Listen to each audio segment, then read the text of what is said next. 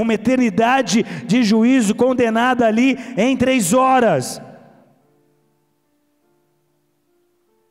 Desde a hora sexta, houve trevas sobre toda a terra até a hora 9, da meio-dia às 3 da tarde.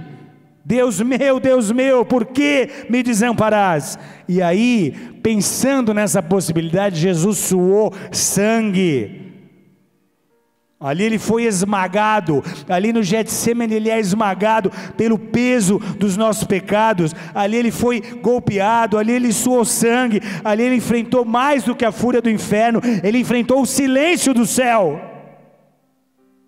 Jesus venceu o diabo no deserto, ele venceu o mundo na cruz, mas no Getsemane ele travou a sua maior batalha, a intensa luta contra a sua própria carne, contra a sua própria humanidade. Hematidrose é o fenômeno de suar sangue, é um fenômeno raríssimo, apenas uma fraqueza física excepcional, onde o corpo inteiro dói, acompanhada de um abatimento moral violento, pode causar por uma profunda emoção ou por um grande medo. Só um nível de estresse muito sério pode causar o rompimento dessas veias finíssimas capilares, fazendo os poros transpirar sangue, se misturando com suor. Foi exatamente o que Jesus viveu ali. E por quê? Porque agora ele estava enfrentando um inimigo diferente. Diga em voz alta, um inimigo diferente. O verso 37 e 38 lido diz: levando consigo a Pedro e aos 2 filhos de Zebedeu, começou a entristecer-se e a angustiar-se. Então lhes disse: a minha alma está profundamente triste até a morte, ficai aqui e vigiai comigo. O que nós encontramos nesse texto, amados? Limites e fraquezas do próprio Cristo. Jesus estava em luta contra as fraquezas da sua humanidade. Jesus havia enfrentado antes muitas oposições à sua missão. Ele foi perseguido, ele foi caluniado, ele foi chamado, nunca foi fácil para ele. Só que no Getsemane ele enfrentou um inimigo diferente, era ele mesmo como homem. O seu maior inimigo era a sua humanidade. Sua humanidade revelada naquele momento mostram esses limites, mostram essa fraqueza que são comuns a todos nós. Em outras palavras, na prensa, no Getsemane, vai chegar uma hora que você vai encontrar o seu limite, vai chegar uma hora que você acha, que você vai acreditar, você vai achar que não pode suportar, que não vai conseguir. O seu maior inimigo ali será a sua própria natureza, será a sua própria humanidade. Jesus, o Deus encarnado, ele estava tendo uma profunda experiência naquele instante com as fragilidades da natureza humana. A humanidade de Jesus, ela se manifestou ali com medo, como angústia, como tristeza profunda, só que nenhum desses sentimentos afastaram Jesus do seu alvo. Então você pode estar aqui hoje dizendo: está muito mais difícil do que eu imaginei, essa prensa é muito pesada, eu não estou suportando. Mas o teu modelo, o teu exemplo, o teu Senhor, o teu Salvador, que te disse: tem de bom ânimo, eu venci o mundo, ele não se deixou vencer por sentimento algum, nada pôde afastá-lo de seu alvo. Então você continua tendo a opção de prosseguir, você continua tendo a opção de insistir, a opção de acreditar. Você ainda pode ser um diamante, você não pode jogar a sua vida fora, você não precisa desperdiçar a sua história, você não precisa terminar os seus dias como carvão.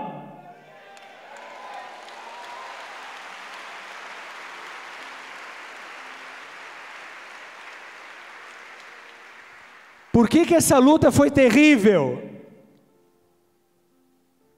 Porque nós igualmente somos surpreendidos ao descobrir que muitas vezes nós somos o nosso maior inimigo.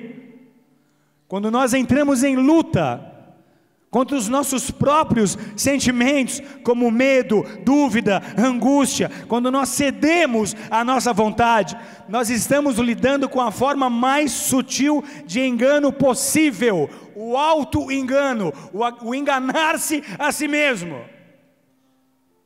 Sinto que agora acabou, sinto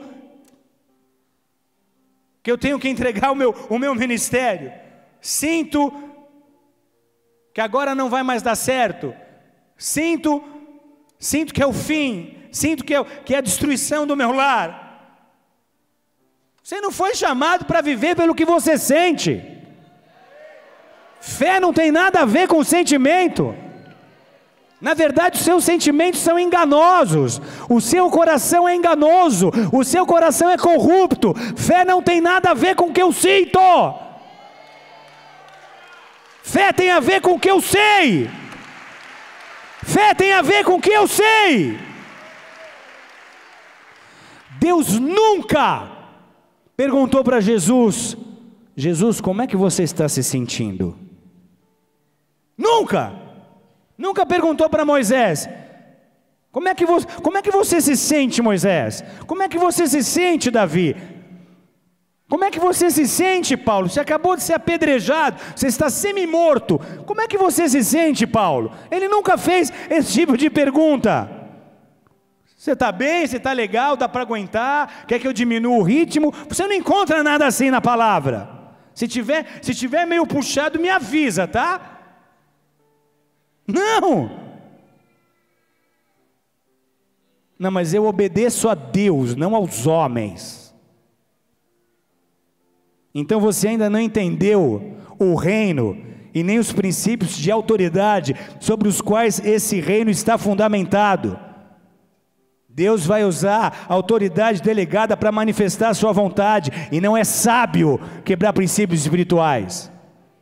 E tem duas formas de você aprender a lição: ou você se sujeita à palavra, ou você descobre da pior maneira possível.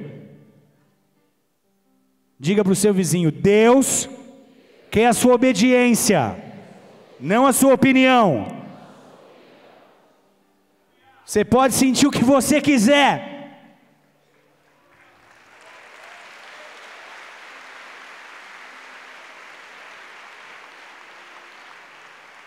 você pode sentir o que você quiser, você é livre para sentir o que quiser, mas a sua opinião e os seus sentimentos não edificam o reino. O que edifica o reino é a sua obediência. A voz do seu coração não é a voz de Deus,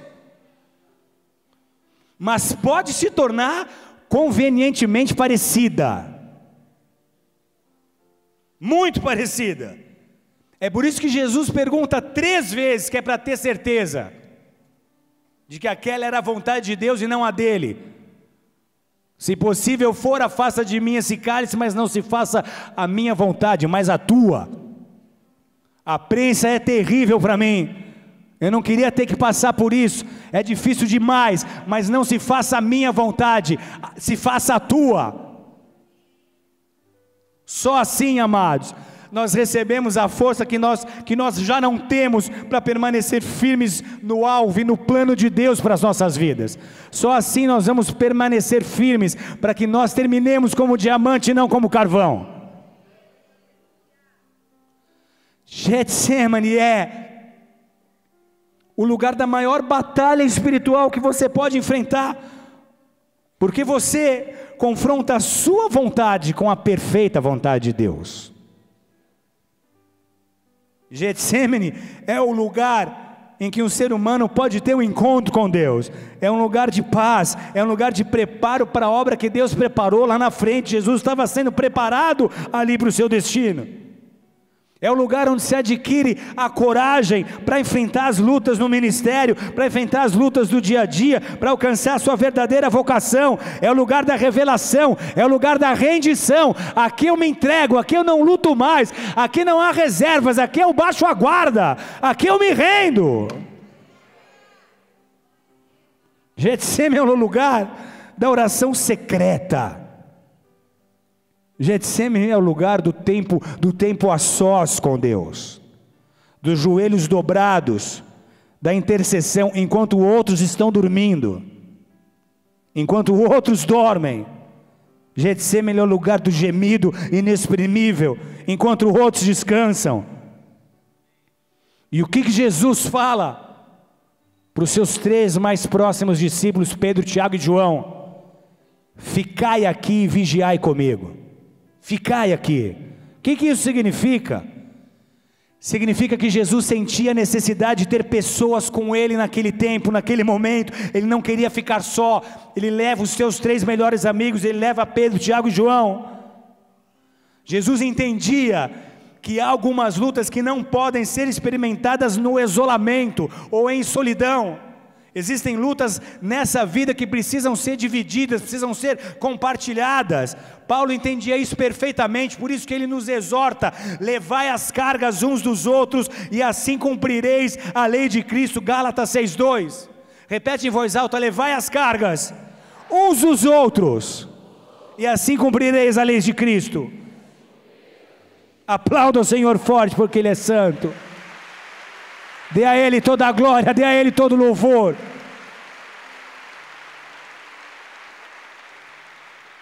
Jesus sentiu necessidade de compartilhar. Ele não precisava contar para os discípulos que ele estava triste até a morte, mas ele faz questão que os seus mais próximos saibam disso.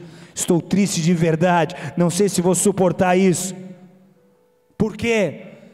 Porque a experiência do compartilhar pode ser redentora, pode ser uma experiência de resgate daquilo que se perdeu, abrir o coração, revelar os medos. Isso é necessário para que você não seja consumido pelos seus medos, porque assim como Jó, aquilo que você teme é o que vai te acontecer. Você não foi chamado para temer, você foi chamado para ser cheio do Espírito Santo, para ser cheio do amor de Deus. E onde há amor, não há medo. Coragem não é você não sentir medo, coragem não é a ausência do medo, coragem é você sentir medo, coragem é você estar inseguro, mas ainda assim prosseguir. Às vezes, amados, alguém escolhe se revestir. Na verdade, nós corremos esse risco. Você corre o risco de escolher se revestir de uma capa de espiritualidade para esconder suas fragilidades, para esconder as suas imperfeições. Só que aí mais tarde a bomba explode, quando ninguém imaginava, quando ninguém teve a chance de saber o que você estava vivendo, a bomba explode. Abre mão da chamada, perde a visão espiritual, entra em apostasia, bum, explodiu. O verdadeiro homem, a verdadeira mulher espiritual é aquela que aceita os seus limites, que sabe que é apenas um frágil vaso de barro.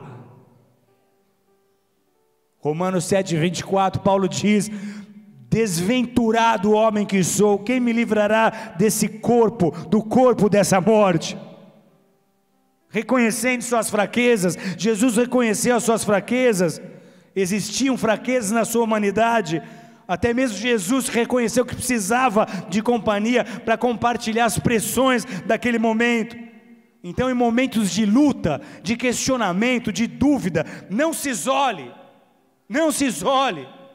não tome decisões com base na dor, não se isole, pede ajuda em oração, cerque-se de pessoas que te amam, cerque-se e escute pessoas que te amam e acreditam em você.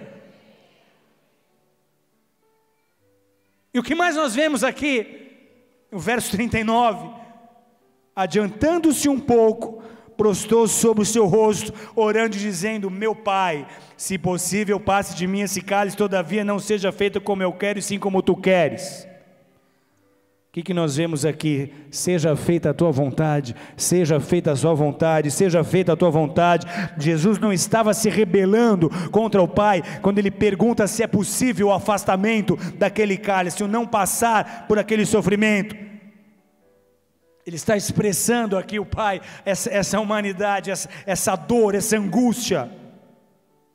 Então, nos momentos em que os sentimentos te pressionarem a tomar uma decisão precipitada, é importante que você faça como Jesus: eu não posso errar, eu não tenho mais tempo de errar, eu quero terminar como diamante, não como carvão, então não me deixa fazer a minha vontade era não passar por esse cálice, não beber desse cálice, mas não se faça a minha vontade, se faça a tua vontade.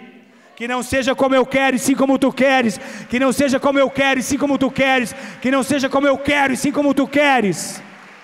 Então não me livra, me deixa passar pela prensa, mas me dá fé, me dá força, me dá alegria, me dá amor, me dá ânimo. Aleluia.